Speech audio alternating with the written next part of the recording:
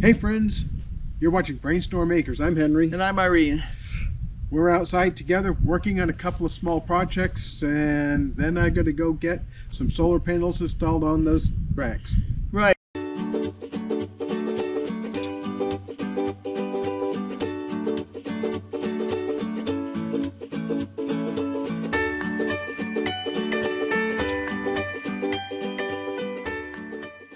Right, and you're actually seeing us together for a change instead of working in two different spots. Very scary.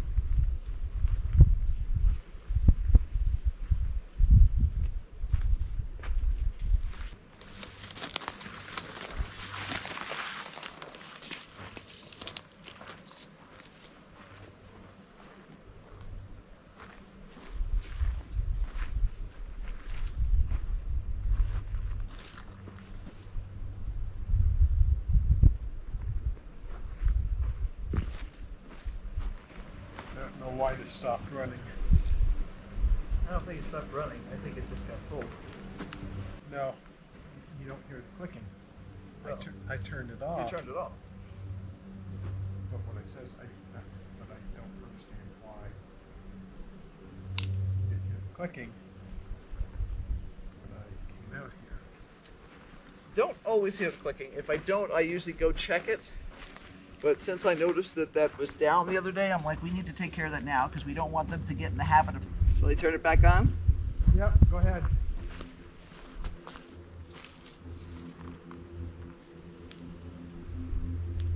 Yep. It's clicking. Okay. I can hear it snapping.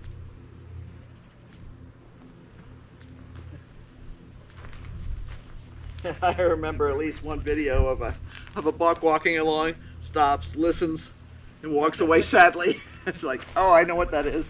That will zap me.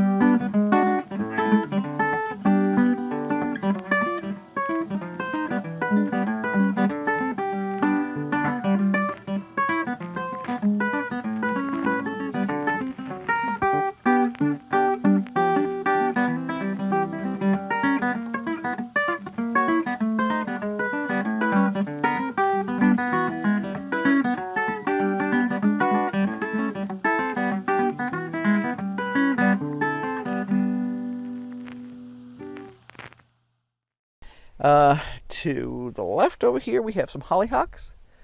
And then there's an assortment of odd bits and pieces of stuff that are starting to come in here. This is what I mean by throwing a piece of wire over. When I have the problems with the cat, I'll take a piece of cutoff from fencing and I'll just throw it in there, and she doesn't like that, so it'll stop her from digging. The expanded bed from last year, Obviously, all of the iris are doing even better than they did last year. And I started planting in my summer flowers. Almost all of this is either the wild daisies or self-seeded bachelor buttons right along this edge here. There's a couple of things of grass in there still, but mostly I got that rest of that cleaned out. And this section here is bachelor buttons. We had a failure with some of the irrigation the other day. Henry's busy working on the pump right now. And we came real close to annihilating the bachelor buttons. So they are coming back, but they are a little sadder than they should be. The Gomphrena is doing really well in general. These should be an assortment of whites and pinks and fuchsias and a few reds. And it'll go down around over here. There's some more of the Sweet Williams and a hollyhock. There are also, let's see, 2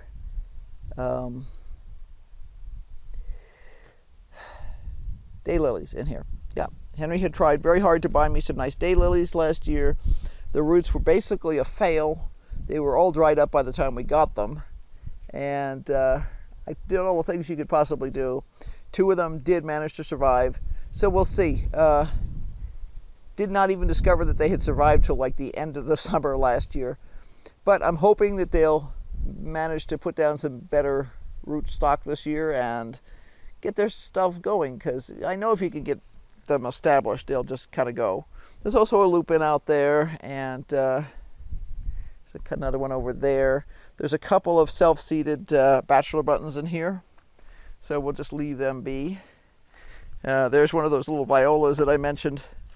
Pops up all over the place in the yard. And obviously these are self-seeded bachelor buttons. I didn't purposefully plant them out there. I just try to keep them alive once they show up. And what I may wind up doing is I may wind up running an irrigation line just right along this edge here, just to keep those bachelor buttons going, because they're not going to make it till the monsoon. The ones that are out in the middle here, when I have extra water left over that's clean in the kitchen, I just pour it on them, and that helps to keep them alive. I like to at least get a bloom or 2 out of them before they finally desiccate. The iris are pretty much done, not completely. It's different this year. Mostly the last couple of years we've had the dark colors. This year we had a much nicer display of whites and yellows, and a couple more lavender, light lavender, than we had last year. We had 0 tulips this year. I did see some, I know the ones down here were eaten, and I'm pretty sure I know what ate them. Yeah, but the iris are doing well. I had not fertilized them as much as I wanted to last winter, but they still did well. They're being watered pretty thoroughly now, but the heat's come on hard and fast, and I don't think anybody's particularly happy right now, so we'll make it work. Let's see, the other side of the door here we have another columbine, different color. Assortment of hollyhocks and wood violets. I have to figure out what's eating the hollyhocks. I suspect we got a caterpillar in there. And yes, we do. There he is. Woo! Got him. Okay. He's toast. If I had chickens, I'd feed them to the chickens. I don't, so I'll step on them. Anyway, we have had a ton of moths around here lately. And I have to admit, I am not happy about that, because I know what that means. It means they've been laying eggs, and I can see there's some tiny, tiny caterpillars in here. There's a ladybug. What I may wind up doing is I may wind up doing some BT, because BT won't hurt the ladybugs or the other stuff, but it will take care of all the chewing insects like that are just munching my plants, because I don't appreciate that. What else? Last year we had a big assortment of odd bits and pieces in here because I was experimenting with some flowers. I've decided what I'm going to do is I'm going to clear out this section between the block and the rocks, and I'm going to plant portulaca over there for sure, and something else really low here. I need to clean this stuff out. I had partially cleared out and the wind blew it all back in there, but these are I think 3 different colors of mums with big hollyhocks in between them, and some wood violets, and yeah, they're just kind of doing their own thing. So the problem is if I don't clear if I clear the bed and then I don't get all the dead things that I pulled out removed from the premises immediately, they blow right back in, which is exactly what they've done here. This is another lavender. I need to cut out 1 or 2 dead branches, but the rest of it is doing great. I decided that this was a difficult spot, that nothing seemed to like being here, and I was going to try some lavender because they can definitely tolerate the heat and the extreme light and all that other stuff if they just get enough water. So happy lavender, and it looks like we're going to get some nice blooms off of them this year. They are starting to put out their blooms, so that's cool. Hollyhock, that guy's been there for like 2 or 3 years now, and I just keep clearing out all the junk. I haven't finished clearing the junk this spring, but yeah, as I recall, that one is a deep red color that when the light shines, it's a deep purpley red, almost a fuchsia sort of thing, and when the light shines through it, it really glows. It's amazing. I managed to get some of this out of here yesterday. That's the nasty solanum stuff that's got the stickers on it, and I have to work on that some more. I just ran out of time, and I need a heavier pair of gloves. I had on 1 pair. Oh, Jack. Jack has decorated my bed. I need to put up an edge on this. I've been having trouble keeping him out of the beds this year, and that's really annoying me. Over here, I have some calendulas, which were damaged by our water fail the other day and are somewhat coming back. I have a nice big fat hollyhock clump. There's some rudbeckias in here. There's also should be some echinacea in here, and the wild daisies that we allow to go crazy here. I have in the past grown portulaca over in this corner, and they do okay, but I decided that I'm going to push for more perennials in this bed and just kind of let it go most of the time. I need to clear off the vines that are on the fence here. I have 4 or 5 plants of the cardinal flower, which is what I had on the fence last year, and we're hoping to be able to do an upgrade. Hope next month we'll be able to do an upgrade with a couple more vertical posts and another layer of fencing so that we have more room for the cardinal flowers and or other climbers to climb on. And also I like to have some more decorative stuff here that's a little taller, but I'm concerned that at some point Issa's going to figure out she can climb up on stuff, and then she'll be over the fence, because right now she doesn't know she can go over the fence. Now this is one of the things I get a kick out of with the bachelor buttons. You see, the traditional bachelor button is that dark blue, but these bachelor buttons are what they call polka dot. We got them from Hoss Tools, and they grow different colors.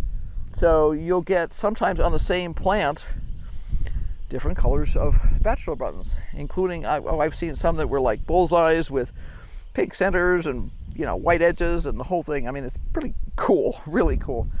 And I love bachelor buttons anyway, so yeah, I've been clearing out in between the pavers. My goal this spring is I need to reset over here. I've got a couple of rocks that are not flat enough, and I don't like things that will catch your feet. I want to reset this, and then I want to fill in between the flagstone with, we've got some of the I don't remember what they call it, but it sort of solidifies so that you don't wind up with weeds in there as much, because you can spend your life pulling weeds out here. Now, when it gets really to the brutal part of summer where there's no rain and there's nothing, you can just let everything die out here and clear it off. But in between time, you wind up pulling a lot of weeds, which is kind of not my idea of a good time. So, I think this is where I'm going to end it today. Oops. Let's see. There I am. Yeah, so hopefully the film will work the camera will work this time, and you'll get to see the tour of the flowers. So be sure to like, subscribe, and hit that notification bell, because obviously we have a lot going on, lots of plans, lots of crossed fingers to see if we can get projects done. But until next time, bye. And be sure to keep on brainstorming, because obviously we are.